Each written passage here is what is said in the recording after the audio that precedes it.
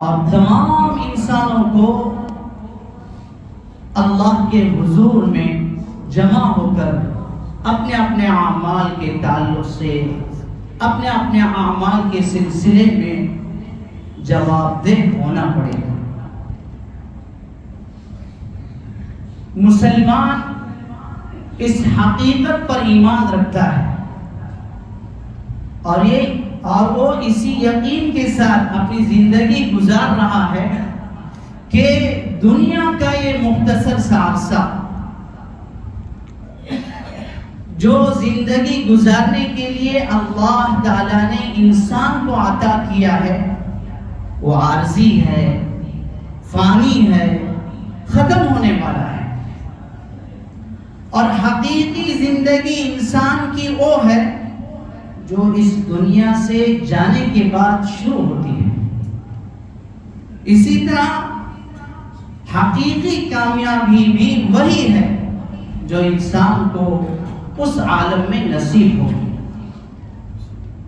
حقیقی کامیابی انسان کی وہی ہے جو انسان کو اس عالم میں یعنی آخرت میں نصیب ہوگی، اور آخرت کی کامیابی اور آخرت کی نجات جس انسان کا مقدر بن گیا قرآن مجید کی زبان میں اور نبی کریم علیہ السلام کے فراہمین کے مطابق کامیاب تو وہی قرار دیا جائے گا۔ قرآن اعلان کرتا ہے فَمَنْ زُحْزِحَ عَنِ النَّارِ وَأُدْخِلَ الْجَنَّةَ فَقَدْ فَازَ۔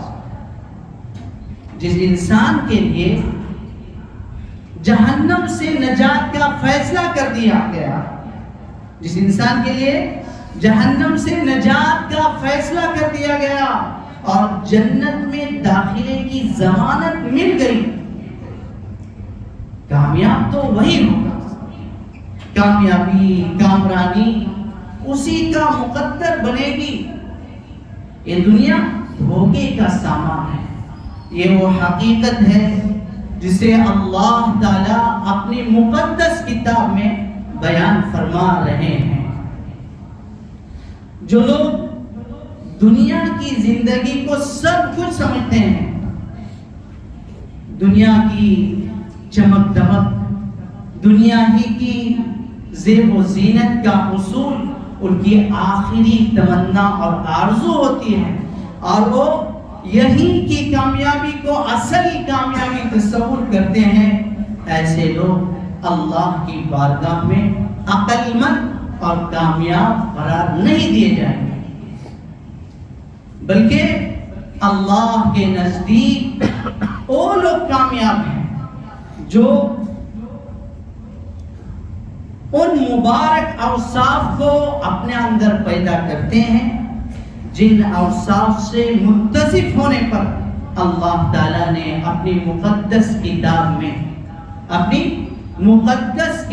میں کامیاب قرار دیا ہے، اور ان کو آخرت میں کامیابی کی بشارت اور خوشخبری سنائی گئی ہے۔ تو میرے بھائیوں، حقیقی کامیابی آخرت کی کامیابی ہے، اور اصل کامیابی بھی آخرت کی کامیابی ہے، وہی کامیابی ہے جس کے بعد کبھی ناکام نہیں ہونا پڑے گا، جس کامیابی کے بعد کبھی ناکام نہیں ہونا پڑے گا، کوئی مصیبت اور پریشانی جس کے بعد نہیں ہوگی۔ لہذا ہمیں اور آپ کو ان اوصاف کو اپنے اندر پیدا کرنے کی کوشش کرنی چاہیے، اور یاد رکھیے انسان کی کامیابی کے لیے سب سے پہلی اور بنیادی چیز اللہ پر ایمان اور اللہ کے رسول پر ایمان۔ پھر ان آیات میں ابھی جو تلاوت کی جائے گی، ان آیات میں جو صفات اللہ تعالیٰ نے بیان کیے ہیں، ان صفات سے متصف ہونا، ان صفات کو اپنانا، ان صفات کو اپنے اندر پیدا کرنا ہوگا۔ کون سی صفات ہیں جن کو اپنانے پر، جن کو اختیار کرنے پر اللہ تعالیٰ آخرت میں کامیابی سے نوازیں گے؟ سورہ اللہ تبارک و تعالیٰ نے سورۃ المؤمنون کے اندر فرمایا قد افلح المؤمنون الذین هم فی صلاتهم خاشعون والذین هم عن اللغو معرضون والذین هم للزکاة فاعلون والذین هم لفروجهم حافظون الا على ازواجهم او ما ملكت ايمانهم فإنهم غير ملومين فمن ابتغى وراء ذلك فأولئك هم العادون والذين هم لأماناتهم وعهدهم راعون والذين هم على صلواتهم يحافظون. یہ 7 صفات ہیں. اسی صورت میں ان 7 صفات کو بیان کرنے کے بعد اللہ تعالیٰ ان کا نتیجہ فرماتے ہیں کہ اولئک هم الوارثون الذین یرثون الفردوس هم فیہا خالدون. میرے بھائیوں، اللہ تعالیٰ نے ان صفات کے اندر سب سے پہلی صفت آخرت میں کامیاب ہونے والے مومنوں کی یہ بتائی کہ ان کی نمازوں میں خشوع اور خضوع ہوتا ہے. الذین هم فی صلاتهم خاشعون. ان کی نمازوں میں خشوع اور خضوع ہوتا ہے. خشوع کس کو کہتے ہیں؟ میرے بھائیوں، دل کا نماز کی طرف متوجہ ہونا یہ خشوع ہے، اور ظاہری اعضاء کو جھکانا یہ خضوع ہے. تو خشوع اور خضوع کے ساتھ نماز پڑھنے کا آسان طریقہ یہ ہے کہ ہم نماز میں جو کچھ پڑھتے ہیں ہمارا دھیان اس طرف ہو، ہماری توجہ اس طرف ہو. الغرض ہماری یہ پوری کوشش ہو کہ نماز کے دوران ہمارا دل اللہ کی طرف متوجہ ہے. غیر اختیاری طور پر کوئی خیال آ جائے تو معاف ہے، لیکن جو ہی یاد آ جائے پھر دوبارہ نماز کے الفاظ کی طرف متوجہ ہونا چاہیے، اور ہمیں یہ معلوم ہو کہ ہم نماز کے کس رکن میں ہیں. یہ ہے خشوع کے ساتھ نماز پڑھنا. اسی طرح اطمینان کے ساتھ، سکون کے ساتھ ہم نماز پڑھیں. ایک کامیاب ہونے والے مومنین کی پہلی صفت ہے. اسی طریقے سے دوسری صفت فرمائی گئی والذین هم عن اللغو معرضون. ایمان والے جو کل کامیاب ہوں گے ان کی دوسری صفت یہ ہے کہ وہ لغو کاموں سے دور رہتے ہیں، بچتے ہیں. لغو کس کو کہتے ہیں؟ ہر اس بات کو اور ہر اس کام کو لغو کہتے ہیں جس کا کوئی فائدہ نہ ہو، جس کا کوئی نفع نہ ہو. فضول، لا یعنی، لا حاصل کام اور بات، یہ فضول ہے. ان کی صفت یہ ہے کہ اس طرح کے فضول کاموں میں، فضول باتوں میں وہ اپنا وقت نہیں گزارتے، بلکہ اللہ تعالیٰ نے فرمایا فضول کام کرنا تو درکنار، اس سے وہ بہت دور رہتے ہیں. تو ہمیں چاہیے کہ فضول کاموں سے، فضول باتوں سے ہم بھی دور رہیں. اس لیے کہ اللہ کے نبی صلی اللہ علیہ وسلم نے فرمایا کہ انسان کا اسلام اس وقت اچھا ہو سکتا ہے جبکہ وہ بے فائدہ اور فضول چیزوں سے دور رہے، بے فائدہ اور فضول چیزوں کو چھوڑ دیں. تو میرے بھائیوں، ہمیں فضول کاموں سے اور فضول باتوں سے دور رہنا چاہیے. تیسری صفت ان لوگوں کی قرآن مجید میں فرمائی گئی، بیان کی گئی والذین هم للزکاة فاعلون. ان کی صفت یہ ہے کہ وہ اپنے مالوں کی زکوٰۃ نکالتے ہیں. زکوٰۃ کی ادائیگی ان کی کیا ہے؟ تیسری صفت ہے. اور زکوٰۃ اسلام کے 5 ارکان میں سے ایک رکن ہے، اور اللہ تعالیٰ نے قرآن مجید کے اندر نماز کے بعد سب سے زیادہ حکم زکوٰۃ کا دیا ہے. تو میرے بھائیوں، زکوٰۃ کی ادائیگی ان کی کیا ہے؟ صفت ہے. سورہ توبہ آیت نمبر 34 اور 35 میں اللہ تعالیٰ نے ان لوگوں کے لیے بڑی وعیدیں فرمائی ہیں جو لوگ اپنے مالوں کی کما حقہ زکوٰۃ نہیں نکالتے. بڑے سخت الفاظ کے ساتھ ان کو خبر دی گئی کہ جو لوگ سونے کو، چاندی کو جمع کرتے جا رہے ہیں، جو لوگ سونا اور چاندی اپنے پاس جمع کر رہے ہیں اور اللہ کے راستے میں اس کو خرچ نہیں کرتے، اے نبی آپ بتا دیجئے ان کو کہ آپ ان کو ایک زبردست عذاب، خطرناک عذاب کی خبر دی گئی۔ یعنی جو لوگ اپنا پیسہ، اپنا سونا، اپنا چاندی جمع کرتے جا رہے ہیں، اللہ کے راستے میں خرچ نہیں کرتے، اللہ نے ان کے ذمے جو زکوٰۃ فرض کی ہے اس کی ادائیگی نہیں کرتے، تو میرے بھائیوں ان کے تعلق سے فرمایا اے نبی آپ ان کو بتا دیجئے کہ آخرت میں ایک خطرناک اور بہت ہی بڑا عذاب ان لوگوں کا انتظار کر رہا ہے۔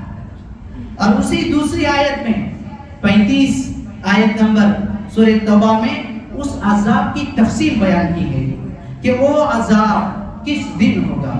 بتایا گیا اس میں کہ وہ عذاب خطرناک اور دردناک عذاب اس دن ہوگا جس دن سونے کو چاندی کو آگ میں تپایا جائے گا، پھر انہی لوگوں کو جو زکوٰۃ ادا نہیں کرتے تھے ان کی پیشانی پر، ان کے پہلو اور ان کی پشتوں کو اس سے داغا جائے گا اور کہا جائے گا یہ ہے وہ خزانہ جسے تم دنیا میں جمع کر رہے تھے، آج اس خزانے کا تھوڑا مزہ تم چکھ۔ بتایا جائے گا اس کو۔ میرے بھائیوں لہذا کیا ہے جو صاحب نصاب ہیں اور جن پر زکوٰۃ فرض ہو گئی ہے وہ کیا ہے اپنے مالوں کی زکوٰۃ ادا کرے۔ یہ زکوٰۃ ادا کرنا یہ ایسی صفت ہے کل محشر کے میدان میں اللہ تعالیٰ کامیابی کا پروانہ ہمیں اور آپ کو عطا فرمائیں گے۔ چوتھی صفت ان لوگوں کی بتائی گئی والذین هم لفروجہم حافظون، کامیاب ہونے والے مومنین کی چوتھی صفت یہ بیان کی گئی کہ وہ اپنے شرمگاہوں کی حفاظت کرتے ہیں۔ اللہ تعالیٰ نے جنسی خواہش کی تکمیل کے لیے ایک صحیح اور حلال راستہ نکاح کی شکل میں رکھا ہے اور انسان کو بتا دیا ہے، حکم دیا ہے کہ دیکھو اس راستے کے علاوہ اپنی شرمگاہوں کی حفاظت کرنا۔ اسی آیت میں بیان کیا گیا کہ میاں بیوی کا ایک دوسرے کو کیا ہے شہوت نفس کے سلسلے میں تسکین پہنچانا یہ قابل ملامت نہیں بلکہ انسان کی ایک ضرورت ہے، لیکن اس راستے کو چھوڑ کر کوئی دوسرا اور غلط راستہ اپنانا یہ کیا ہے کل محشر کے میدان میں ناکامی کا سبب۔ اور ایسے لوگوں کے بارے میں اسی آیت میں فرمایا گیا کہ یہ لوگ حد سے تجاوز کرنے والے ہیں۔ پھر پانچویں صفت ان لوگوں کی بتائی گئی والذین هم لأماناتهم وعهدهم راعون، پانچویں اور چھٹی صفت کہ ان لوگوں کی صفت یہ ہے کہ وہ امانت کو ادا کرتے ہیں، پھر وعدے کی خلاف ورزی نہیں کرتے، کسی سے وعدہ کرتے ہیں تو اس کو پورا کرتے ہیں۔ اسی طریقے سے ساتویں صفت اور آخری صفت ان مومنین کی جو محشر کے میدان میں کل آخرت میں کامیاب ہوں گے، جو پھر جنت الفردوس کے وارث ہوں گے، ان کی آخری صفت بیان کی گئی والذین هم علی صلواتهم یحافظون۔ ان کی آخری صفت یہ بیان کی گئی کہ وہ اپنی نمازوں کی مکمل طور پر نگرانی کرتے ہیں، یعنی نمازوں کو ان کے اوقات پر اہتمام کے ساتھ ادا کرتے ہیں۔ اور نماز کے تعلق سے اللہ کے نبی صلی اللہ علیہ وسلم نے فرمایا کہ نماز کے اندر اللہ تعالیٰ نے ایسی خاصیت اور ایسی تاثیر رکھی ہے کہ نمازی کو گناہوں سے اور برائیوں سے نماز روکتی ہے۔ میرے بھائیوں ذرا غور کیجئے، اللہ تعالیٰ نے انسانوں کی وہ صفات جن صفات سے متصف ہونے پر کل محشر کے میدان میں کامیابی کا پروانہ ملے گا، اس کا آغاز کہاں سے شروع کیا گیا؟ نماز سے شروع کیا گیا اور ختم کہاں پر کیا گیا؟ نماز پر ہی کیا گیا۔ تو میرے بھائیوں ہم نمازوں کا اہتمام کریں، صحیح طریقے سے نماز کی ادائیگی اور اس کی پابندی انسان کے پورے دین پر چلنے کے لیے اہم ذریعہ ہے۔ میرے بھائیوں وقت ہمارا ختم ہو رہا ہے، مختصر یہ کہ اللہ تعالیٰ نے انسان کی طبیعت میں، فطرت میں کامیابی کی تمنا رکھی ہے، کامیابی کی چاہت رکھی ہے، چنانچہ ہر انسان، آپ کسی سے بھی پوچھئے، کامیاب ہونا چاہتا ہے۔ اللہ تعالیٰ نے آیات میں انسان کی کامیابی ایمان لانے کے بعد ان 7 صفات کے اندر مضمر رکھی ہے۔ تو اگر ہم چاہتے ہیں آخرت میں کامیاب ہونا تو ہمیں اور آپ کو چاہیے کہ ہم ان صفات کو اختیار کریں، اور اسی آیت کے آخر میں فرمایا گیا اولئک هم الوارثون الذین یرثون الفردوس هم فیہا خالدون۔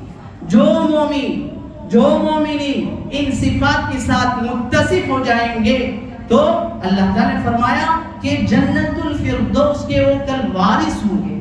لفظ وارث میں اشارہ ہے کہ جس طریقے سے مورث کا مال اس کے وارث کو دینا حتمی ہے، یقینی ہے، اسی طرح ان آیات سے متصف ہونے والے، ان آیات کو خود اپنے اندر پیدا کرنے والے مومنین کے لیے کل محشر کے میدان میں اللہ تبارک و تعالی جنت الفردوس کا پروانہ عطا کریں گے، اور یہ جنت الفردوس کے وارث ہوں۔